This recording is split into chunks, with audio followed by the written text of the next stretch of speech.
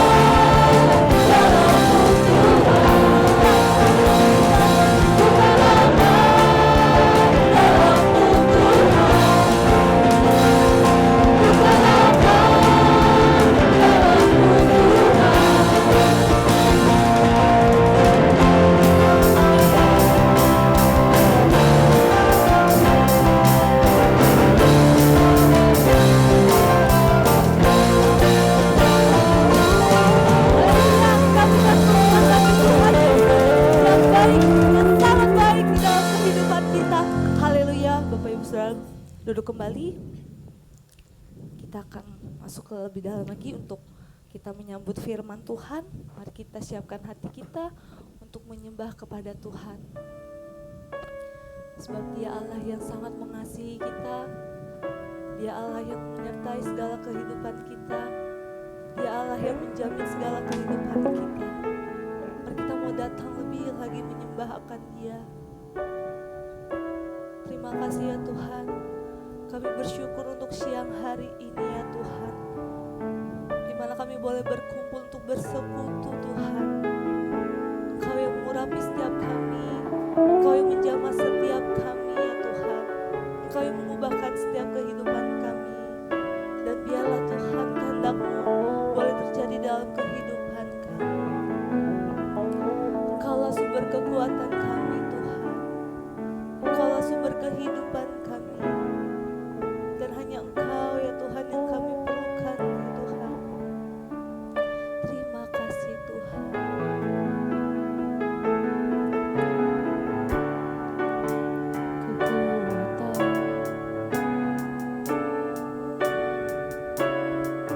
Kita mau katakan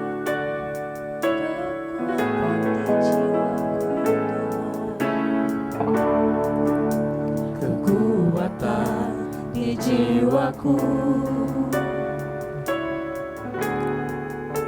ketenangan batinku, ada dalam hadirat-Mu, ku menyembah-Mu.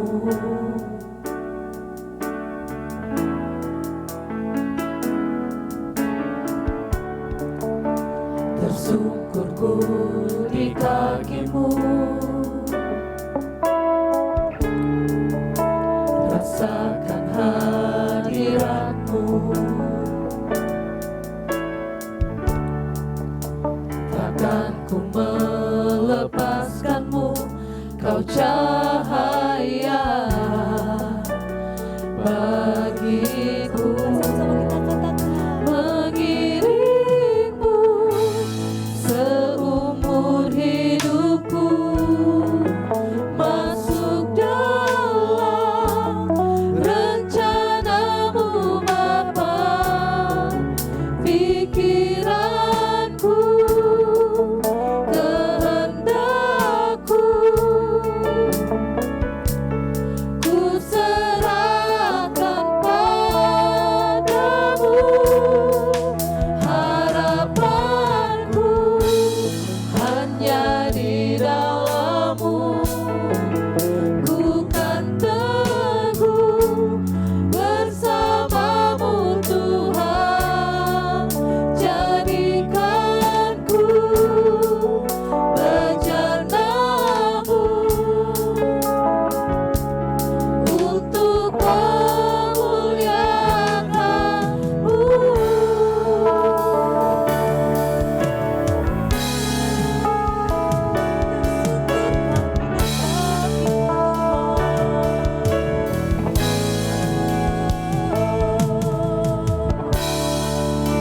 Bersungkurku di kaki-Mu,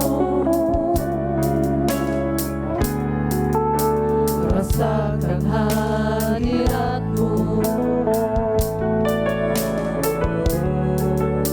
Takkan ku melepaskan-Mu, Kau cahaya bagiku. Mengiringmu seumur hidupku, masuk dalam rencana-Mu Bapa.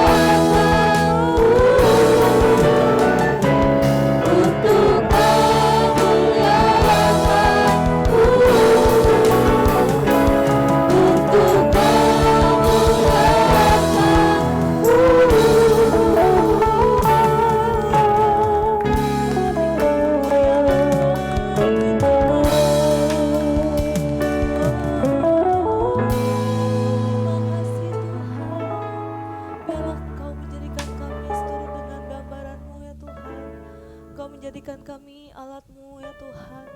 Pada siang hari ini Tuhan, kami sungguh-sungguh Tuhan bersyukur akan segala kebaikan-Mu dalam kehidupan kami.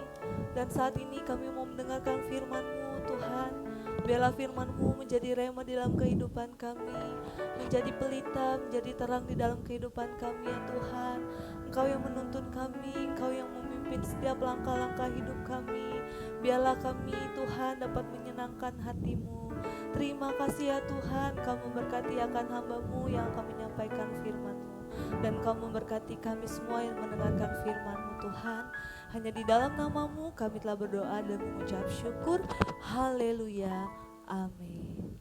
Waktu dan tempat saya serahkan kepada Ko Yohanes. Shalom saudara. Shalom. Saudara merasa diberkati Tuhan pada siang hari ini? Amin. Kita semua diberkati oleh Tuhan. Kenapa? Karena kita memperoleh sebuah keberanian untuk bisa datang ke dalam hadirat Tuhan. Amin. Kenapa? Karena Tuhan telah membayar harga buat kita semua.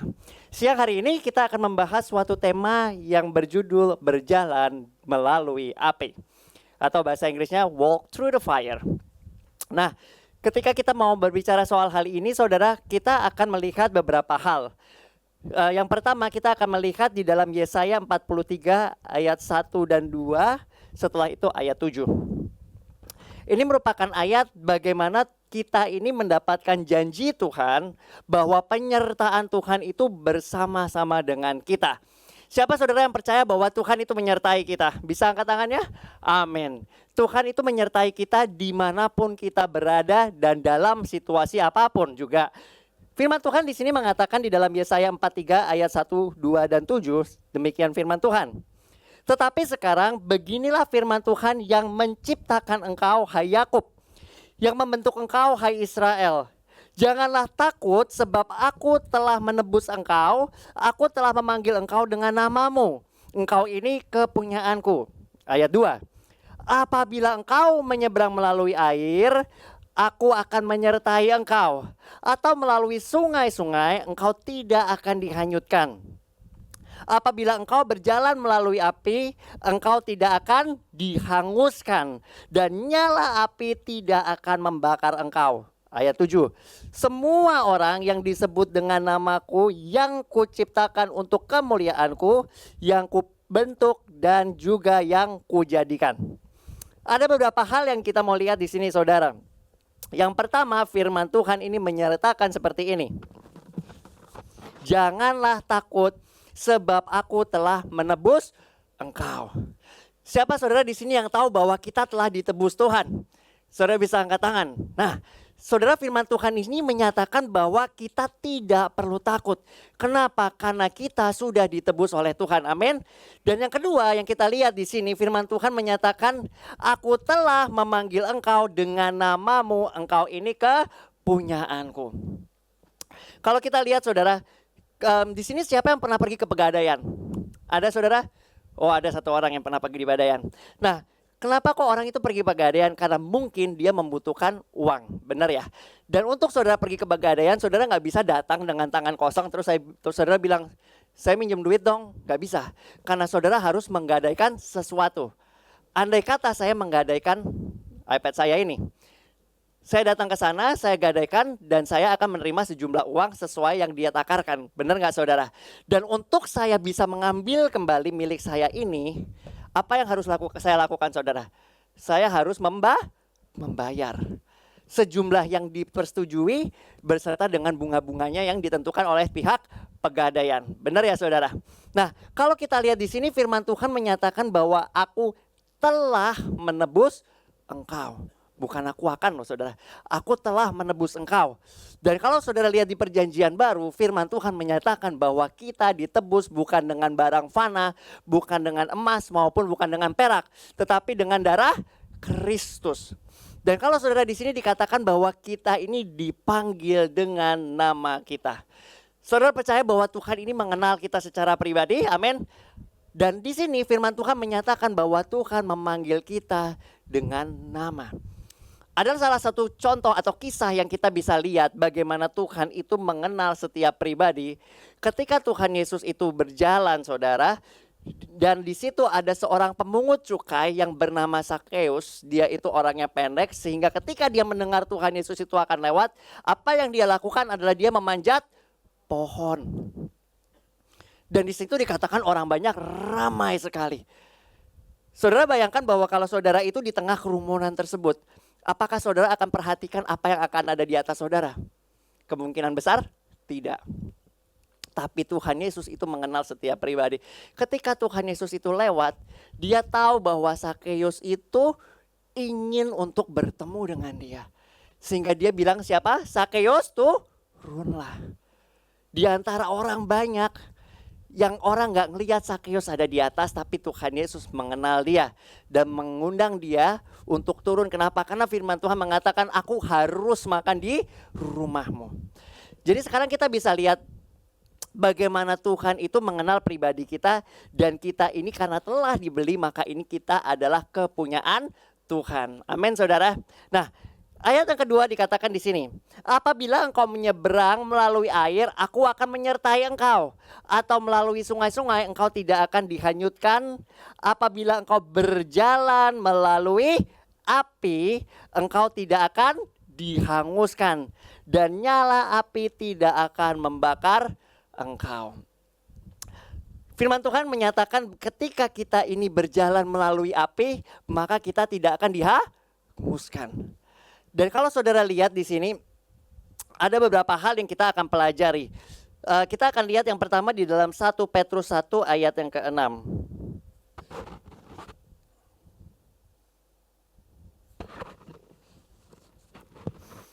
Api ini melambangkan saudara ujian. Nanti lebih lanjut kita akan melihat firman Tuhan yang akan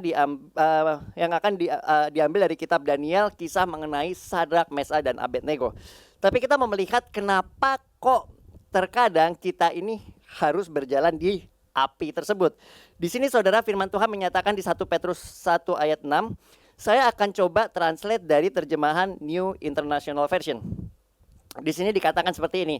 Dalam semua ini Anda sangat bersuka cita meskipun sekarang Anda mungkin harus menderita kesedihan dalam segala macam uji coba. Kalau di bahasa Inggrisnya dikatakan trial. Apa sih arti trial? Trial itu uji coba saudara. Kalau saya terjemahkan dari kamus bahasa Inggris ke Indonesia dikatakan uji coba itu merupakan sebuah tes kinerja, kualitas atau kesesuaian seorang atau sesuatu. Saudara pernah ketika saudara itu melihat pabrik itu memproduksi sebuah barang, pasti mereka akan melakukan uji coba. Benar nggak saudara? Apakah barang itu akan layak untuk dipasarkan atau tidak? Dan di sini kita bisa melihat bahwa Tuhan ini yang menciptakan kita, benar nggak saudara? Dan Tuhan ini mau supaya kita ini memiliki kualitas di hadapan Tuhan. Amin. Dan kalau saudara lihat di sini, meskipun sekarang ini kita harus menderita kesedihan dalam segala macam uji coba, tetapi kita sangat bersuka cita. Kata-kata sangat bersuka cita ini menarik saudara. Kenapa? Karena kita bisa melihat hasil daripada uji coba tersebut. Dan kalau kita lihat saudara, di ayat yang ke-7 dikatakan, maksud semuanya itu adalah untuk membuktikan kemurnian imanmu yang jauh lebih tinggi nilainya daripada emas yang fana, yang diuji kemurniannya dengan api, sehingga kamu memperoleh puji-pujian dan kemuliaan dan kehormatan pada hari Yesus Kristus menyatakan dirinya. Kenapa kok kita berjalan melalui api? Tuhan izinkan. Kenapa? Karena firman Tuhan jelas menyatakan di ayat yang ke-7.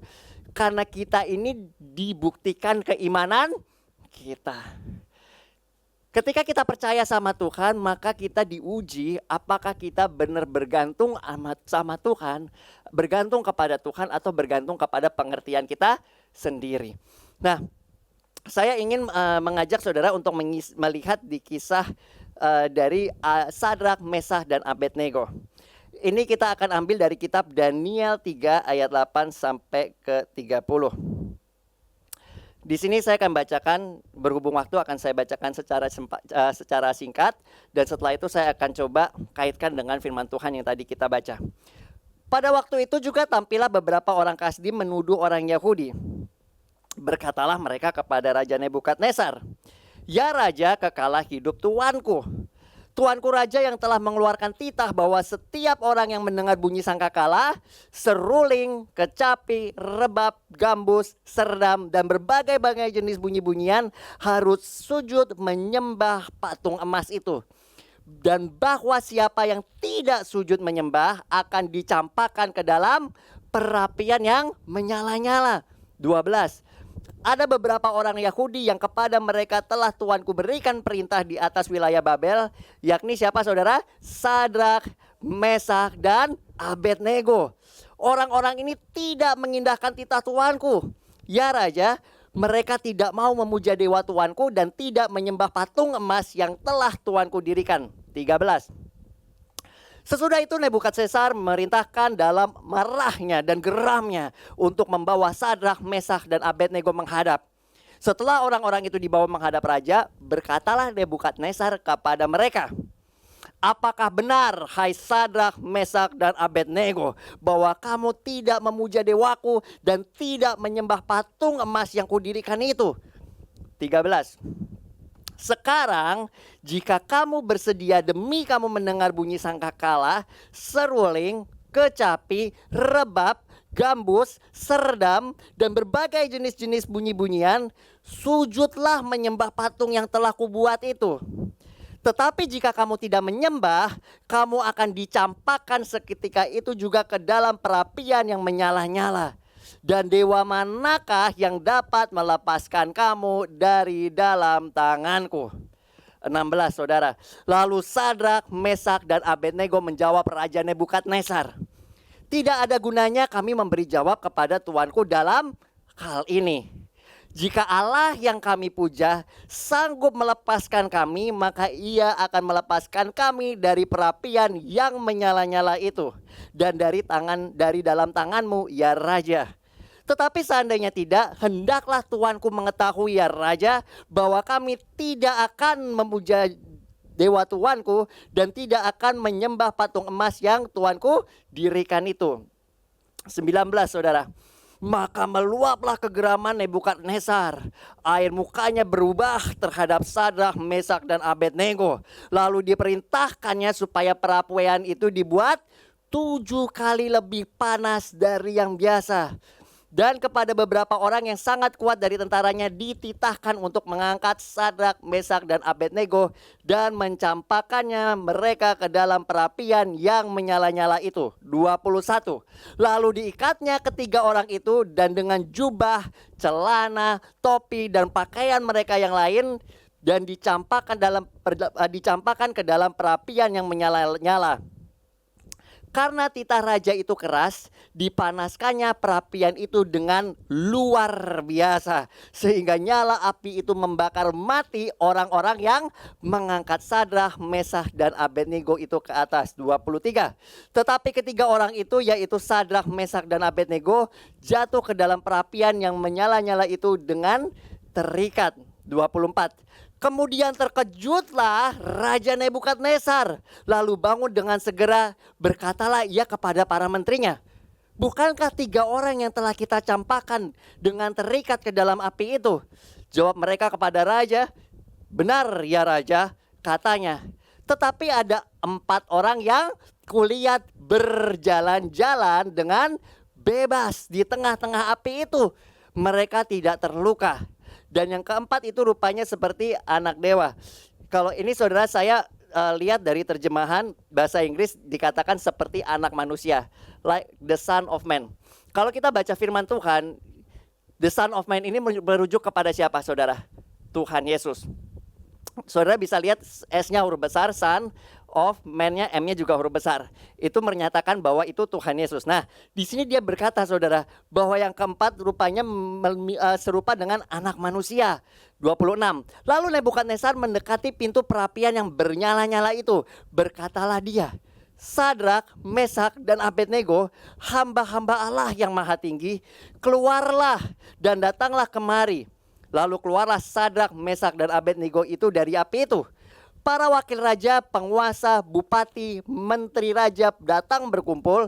Mereka melihat bahwa tubuh orang-orang ini tidak mempan oleh api, bahwa rambut di kepala mereka tidak hangus, jubah mereka tidak berubah apa-apa, bahkan bau kebakar pun tidak ada pada mereka.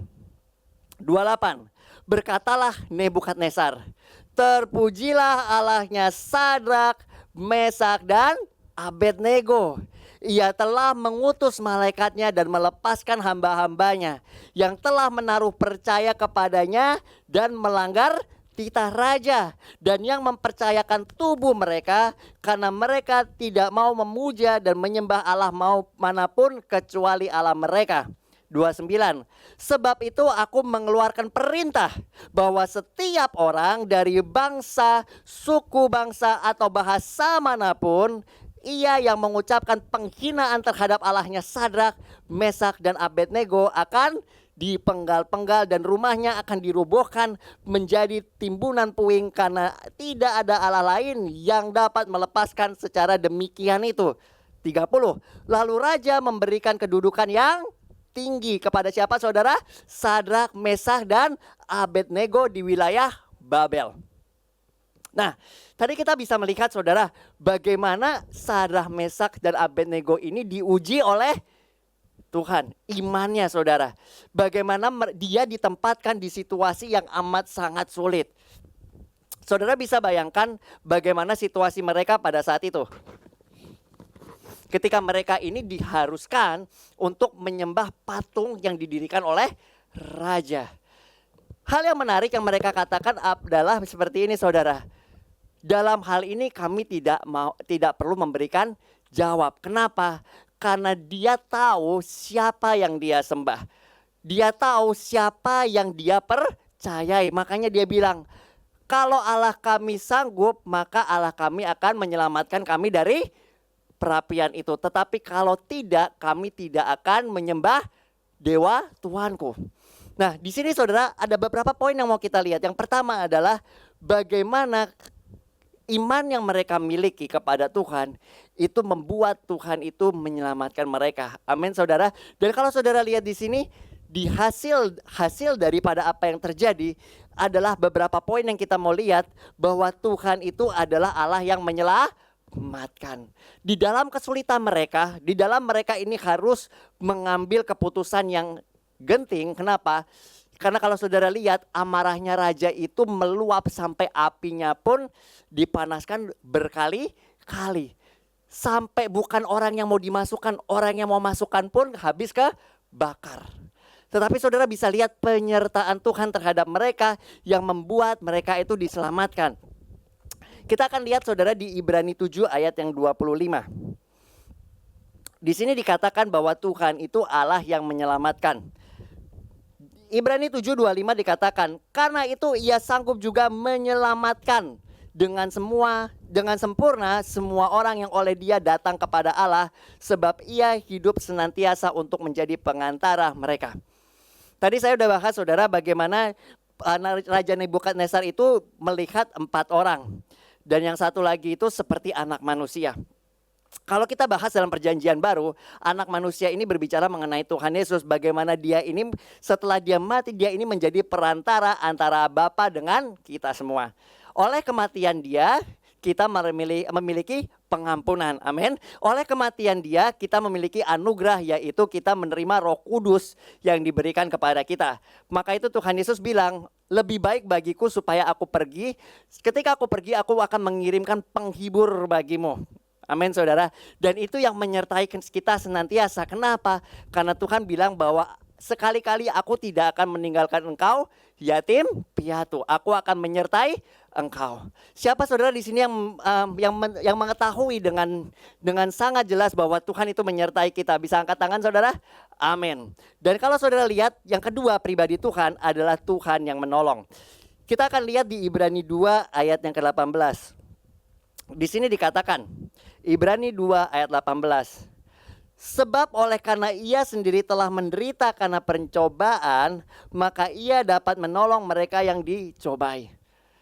Firman Tuhan telah jelas mengatakan ketika Tuhan Yesus itu setelah dia dibaptis, dia itu dibawa ke padang gurun untuk dicobai. Dan di sini saudara bisa melihat bagaimana Tuhan Yesus dalam kehidupannya pun telah menerima pencobaan berbagai jenis. Dan di sini firman Tuhan juga menyatakan karena dia sendiri telah menderita karena pencobaan, maka dia sanggup menolong orang-orang yang dicobai. Dikatakan ia dapat menolong mereka yang dicobai. Nah, yang ketiga saudara kita melihat di dalam Yudas 1 ayat 24. Ini merupakan peranan Tuhan bagi kita semua, yaitu menjaga. Dikatakan di sini, bagi dia yang berkuasa menjaga supaya kamu jangan tersandung dan membawa kamu dengan tak bernoda dan dengan penuh kegembiraan dalam atau di hadapan kemuliaannya. Jadi kita bisa melihat bahwa pribadi Tuhan itu yang menjaga kehidupan kita. Amin saudara. Dan kita bisa aman dalam perlindungan Tuhan. Kenapa? Karena firman Tuhan tadi menyatakan bahwa dia yang telah menebus kita semua. Siang hari ini kita mau datang ke hadirat Tuhan. Kita mau meminta Tuhan bahwa Tuhan engkau adalah satu-satunya yang menjadi pelindung kami. Dan kita tahu kalau Tuhan itu menyanggupkan Sadrak dan Mesak dan Abednego untuk melampaui hal tersebut.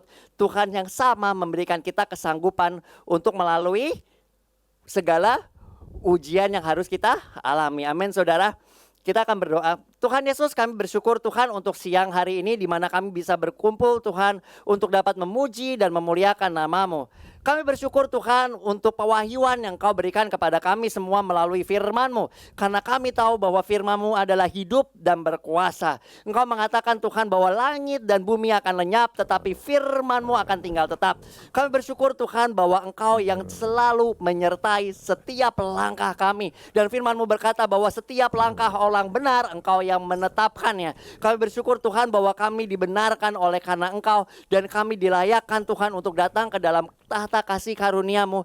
Karena Engkau yang telah menebus kami. Engkau yang memanggil kami semua dengan nama-Mu ya Tuhan. Dengan nama-Mu dan Engkau yang memanggil kami. Karena tujuan yang Engkau miliki yaitu tujuan penyelamatan dalam kehidupan kami. Sekarang kami meminta Tuhan supaya Engkau memenuhi kami dengan firman-Mu ini. Supaya kami bisa merenungkan firman-Mu. Bisa menaruh pikiran kami ke dalam pikiran-Mu ya Tuhan. Karena roh-Mu yang ada di dalam kami yang memberikan kami pikiran-Mu Tuhan. Firman-Mu yang berkata, siapa yang mengetahui pikiran manusia selain roh manusia itu sendiri, dan siapa yang mengetahui pikiran Allah selain roh Allah sendiri. Dan Engkau yang memberikan kami pemikiran-Mu supaya kami dapat mengerti apa yang baik, apa yang indah, apa yang berkenan, dan apa yang sempurna di hadapan-Mu. Kami bersyukur Tuhan untuk setiap kami yang ada di sini. Engkau yang akan terus melimpahi kami dengan karunia-Mu, dengan kasih-Mu, berkat-Mu, perlindungan-Mu, dan penyertaan-Mu. Di dalam nama Tuhan Yesus kami berdoa dan mengucap syukur. Haleluya. Amin.